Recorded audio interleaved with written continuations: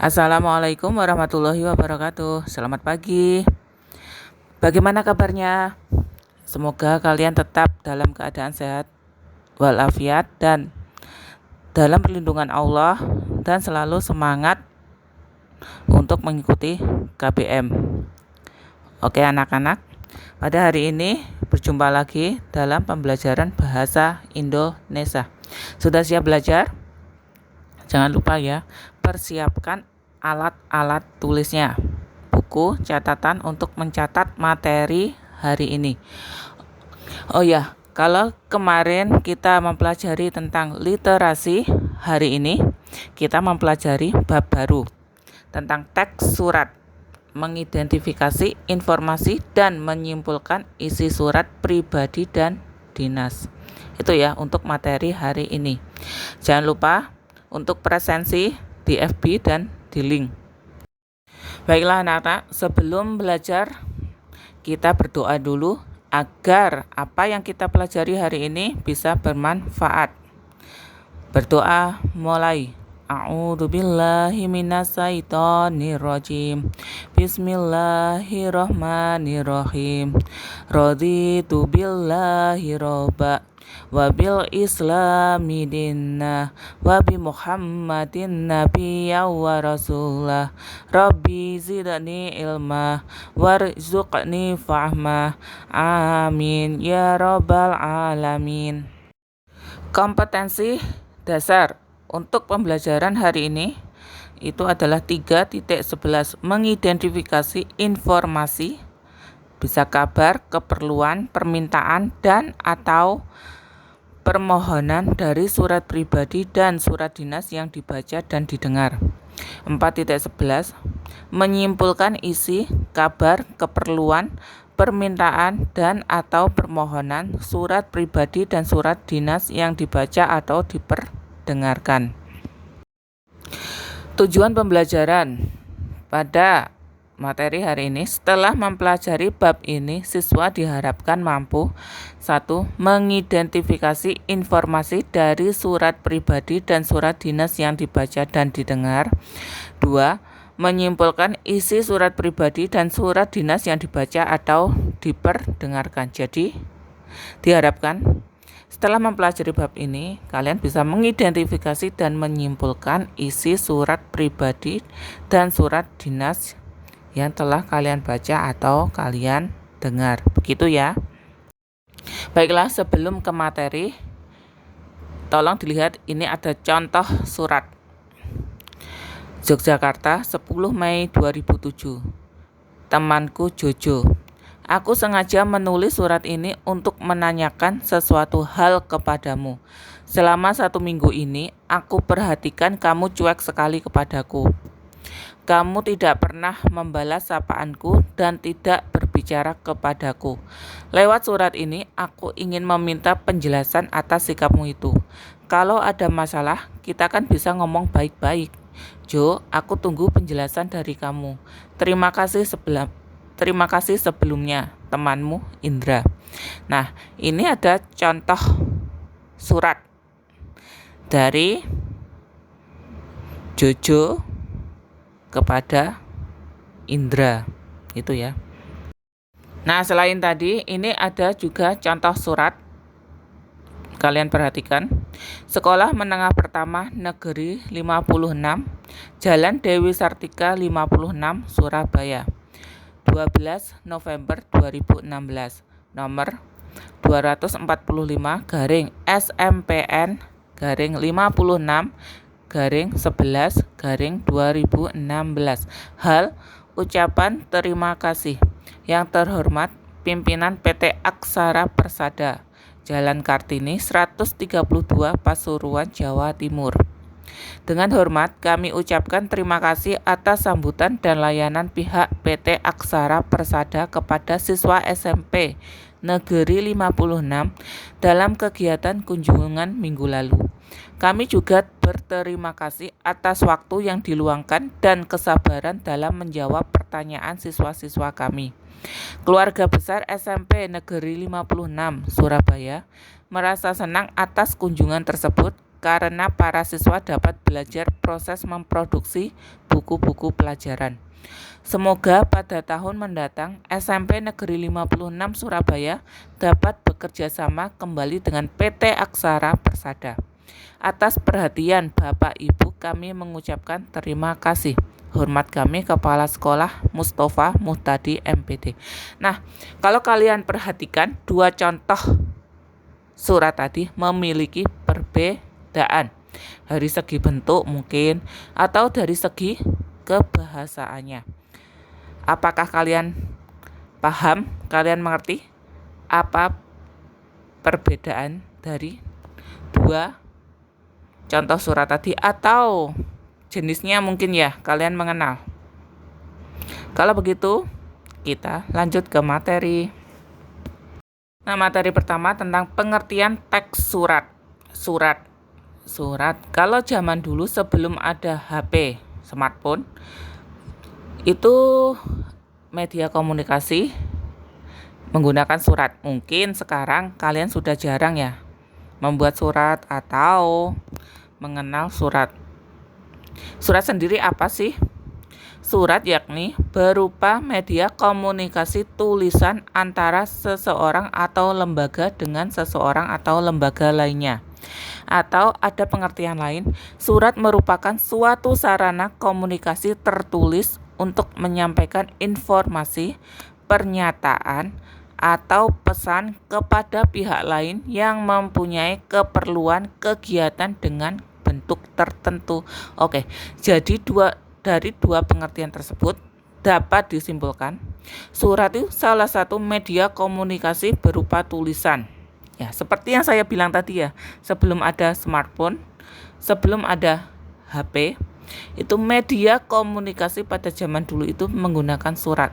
Kalau sekarang mungkin kalian tahu surat itu yang dari sekolah untuk orang tua, misalkan surat untuk pengambilan raport atau waktu rapat itu ya. Padahal dulu untuk berkomunikasi dengan keluarga itu biasa menggunakan surat. Anak dengan orang tua misalkan kalau orang tuanya berada di lain tempat atau teman dengan teman kalau kalian memiliki teman di luar kota. Itu biasanya media komunikasinya salah satunya dengan surat. Atau surat dengan pacarnya, biasanya tulis-tulisan surat. Kalau dulu kan belum ada WA untuk chattingan. Tapi seru loh anak-anak dulu waktu masih zaman-zamannya surat. Kalau tadi pengertian, sekarang kedua itu jenis-jenis surat. Ternyata surat itu memiliki beberapa jenis. Tidak hanya surat dinas, itu surat yang biasanya dari sekolah untuk orang tua atau surat dari lembaga kepada lembaga yang lain. Yang pertama ini ada surat pribadi.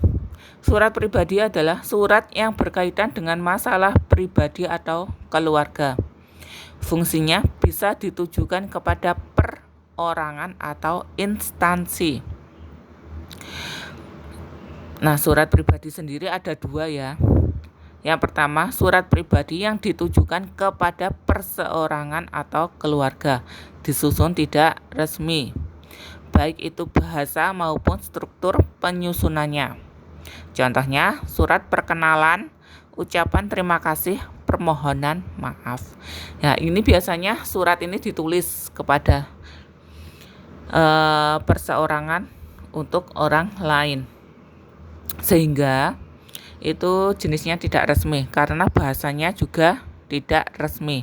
Biasa menggunakan bahasa komunikasi sehari-hari. Misalkan seperti tadi, suratmu untuk teman satu kelas atau sahabat pena. Itu biasanya menggunakan surat pribadi dengan bahasa yang kalian gunakan sehari-hari. Yang kedua ada surat pribadi yang ditujukan kepada instansi, disusun dalam bentuk resmi. Nah, kalau ini dari seseorang untuk instansi, untuk lembaga tertentu.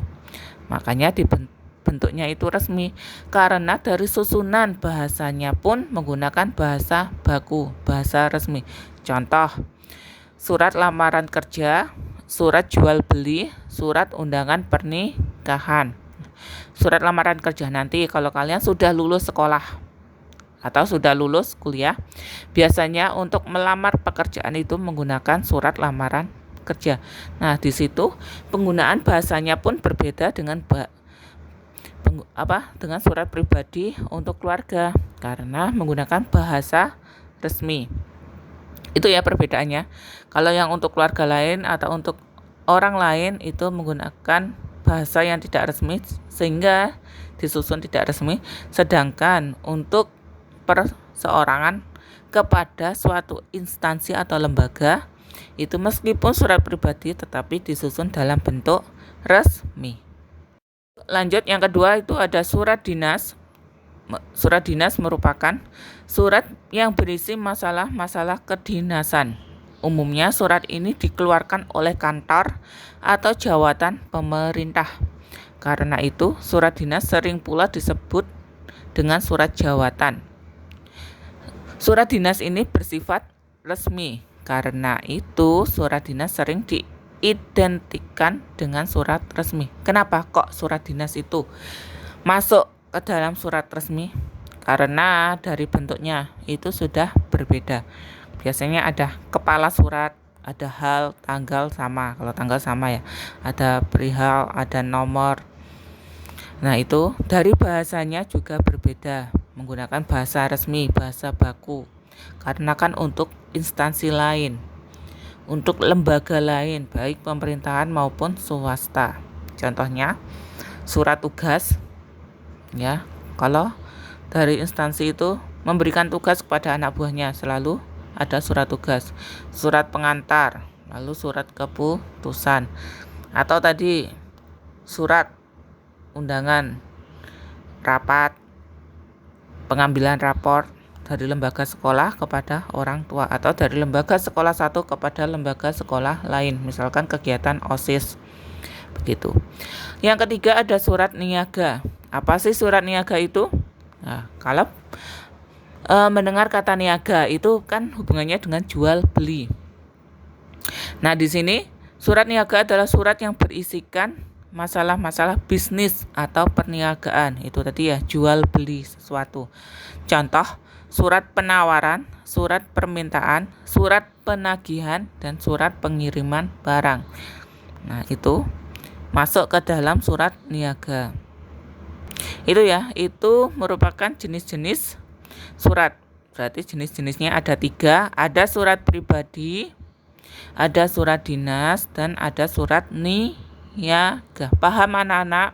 Kalau kurang paham bisa tanya langsung kepada saya nanti lewat WA. Lanjut, kalau tadi sudah belajar tentang pengertian dan jenis-jenis surat. Yang ketiga ini fungsi surat. Ternyata surat itu memiliki beberapa fungsi. Yang pertama, surat berfungsi sebagai pedoman dalam bertugas atau dalam melaksanakan suatu kegiatan. Nah, perhatikan, surat itu berfungsi sebagai pedoman saat bertugas atau saat melaksanakan suatu kegiatan. Misalkan ini, pengurus suatu organisasi akan tenang menjabat apabila ia sudah mendapatkan surat keputusan atau SK pengangkatan. Itu ya, kalau seseorang bekerja itu sebelumnya pasti memiliki SK pengangkatan. Guru pun juga begitu. Seorang pegawai akan leluasa bekerja dan akan lebih bertanggung jawab terhadap kebijakan-kebijakannya apabila atasannya sudah memberinya surat tugas, surat perintah, dan sejenisnya. Nah, itu fungsi surat sebagai pedoman dalam bertugas. Itu fungsi yang pertama. Fungsi surat kedua dapat dijadikan sebagai alat bukti tertulis. Nah, kenapa? Surat dapat dijadikan sumber legalitas dalam berbagai persengketaan. Misalnya, surat perjanjian atau surat kuasa. Bila seseorang melakukan pelanggaran hukum berkenaan dengan suatu perjanjian atau penguasaan, maka surat itulah dapat menjadi saksi dan penjaminnya. Dengan demikian, surat merupakan bukti hitam di atas putih yang sangat kuat status hukumnya. Nah, itu fungsi surat sebagai alat bukti tertulis, sebagai rekam jejak, sebagai bukti apabila nanti ada gugatan atau persengketaan. Biasa disebut bukti hitam di atas putih karena ada bukti fisiknya berupa surat. Biasanya ini ada materainya biar sah dihukum. Yang ketiga, surat juga berguna sebagai sarana pengingat dan bukti historis akan berbagai aktivitas yang telah dijalankan lembaga. Ini fungsi surat ketiga. Surat merupakan sarana untuk melacak hubungan kerjasama dengan pihak luar. Misalnya untuk mengetahui kebijakan-kebijakan penting yang telah diputuskan oleh seorang pimpinan. Dapat dilacak melalui surat-surat yang telah dikeluarkan. Dalam kepentingan inilah pentingnya penomoran surat. Berbagai kebijakan dan kerjasama dengan pihak luar dapat mudah diidentifikasi melalui nomor surat. Nah, kalau kalian perhatikan tadi, untuk surat resmi pasti ada nomornya, ada perihal nomor. Nah, itu ternyata fungsinya untuk itu ya. Untuk ini ya nomornya, bukti. Sarana pengingat dan bukti historis sebagai rekam jejak tadi. Kalau sudah suatu lembaga itu memiliki hubungan kerjasama dengan pihak luar untuk mengetahui kebijakan-kebijakan pentingnya seorang pimpinan, itu melalui surat. Nah, jadi biasanya kalau surat resmi itu disimpan untuk bukti historis, untuk pengingat kalau ada permasalahan di lain waktu. Ini fungsi surat sebagai sarana pengingat dan bukti historis. Nah, fungsi surat keempat, surat juga merupakan cerminan atas profesionalisme dan kualitas sebuah lembaga. Hal ini terutama akan tampak pada kelogisan isi surat, keteraturan dan kerapian dalam penyusunan, kualitas kertas dan pengetikan, struktur kalimat dan penggunaan kata dan istilah, serta penulisan ejaan dan tanda baca. Perhatikan, di setiap karya tulis selalu penulisan ejaan dan tanda baca itu harus tepat. Itu karena penting agar pembaca tidak ambigu saat mengartikan. Nah, struktur kalimat. Makanya ya penting kalian itu belajar bahasa Indonesia, itu sangat penting gunanya untuk tulisan, ilmu tulis menulis. Karena itu surat sering pula disebut sebagai wakil atau duta lembaga atau organisasi. Itu ya. Karena tidaknya sebuah lembaga salah satunya dapat diketahui dari surat-surat yang dibuatnya, dari tulisannya, pemilihan kata, bahasa, ejaan, bener apa enggak, tanda baca yang digunakan. Kan juga lucu rek kalau dalam penulisan surat resmi tanda bacanya salah, ejaannya salah, bahasa yang digunakan salah, pemilihan kata dalam kalimatnya salah. Nah, itu berarti lembaganya kurang pro. Itu biasanya. Makanya kalian jangan malas untuk belajar menulis. Kembali lagi seperti literasi kemarin, banyak-banyak membaca lalu diaplikasikan untuk penulisan literasi. Kalau ini surat. Itu ya. Itu tadi fungsi-fungsi dari penulisan surat. Ada 4 fungsi yang perlu kalian perhatikan.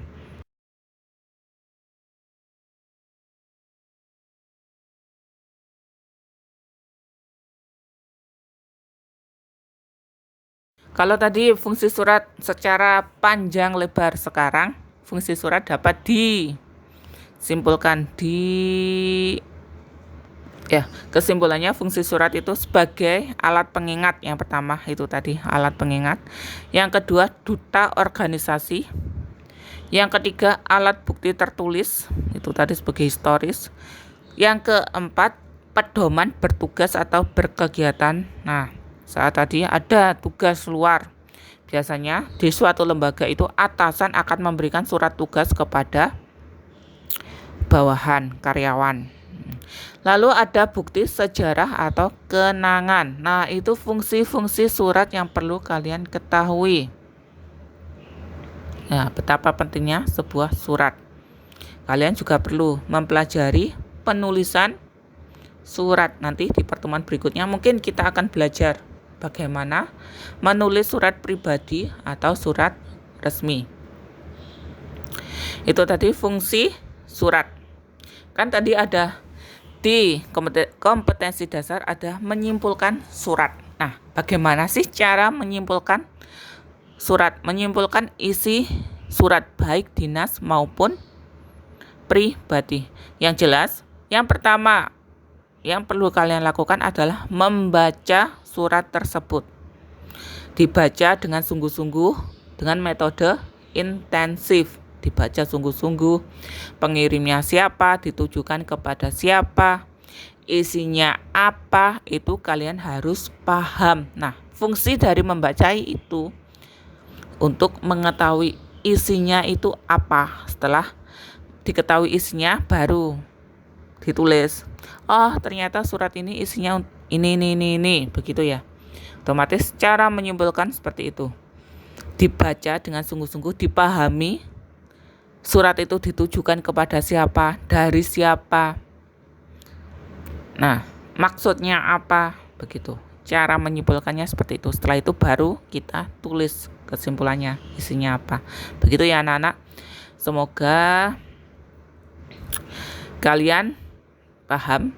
Kalau kurang paham, bisa langsung tanya kepada saya. Bisa WA kepada saya. Bu, masalah ini saya kurang paham. Bisa tanya, nanti pasti insya Allah saya jawab.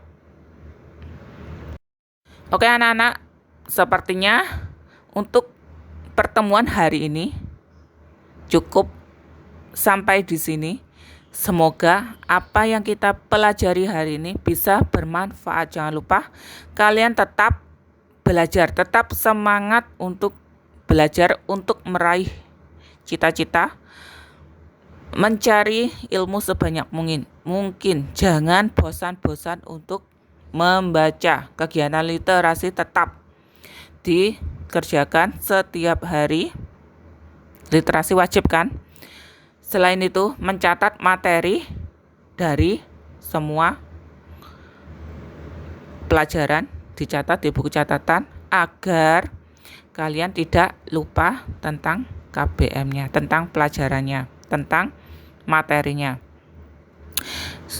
Mungkin cukup sekian. Ingat ya anak-anak, tetap jaga kesehatan, patuhi protokol kesehatan, jaga jarak, jangan mengunjungi kerumunan, pakai masker jika keluar rumah atau sedang tidak enak badan, sakit, flu. Selalu mencuci tangan setelah keluar atau sebelum makan, pakai sabun otomatis. Jangan lupa pakai hand sanitizer. Oke, sampai jumpa di pertemuan berikutnya. Terima kasih untuk hari ini. Wassalamualaikum warahmatullahi wabarakatuh. Bye-bye.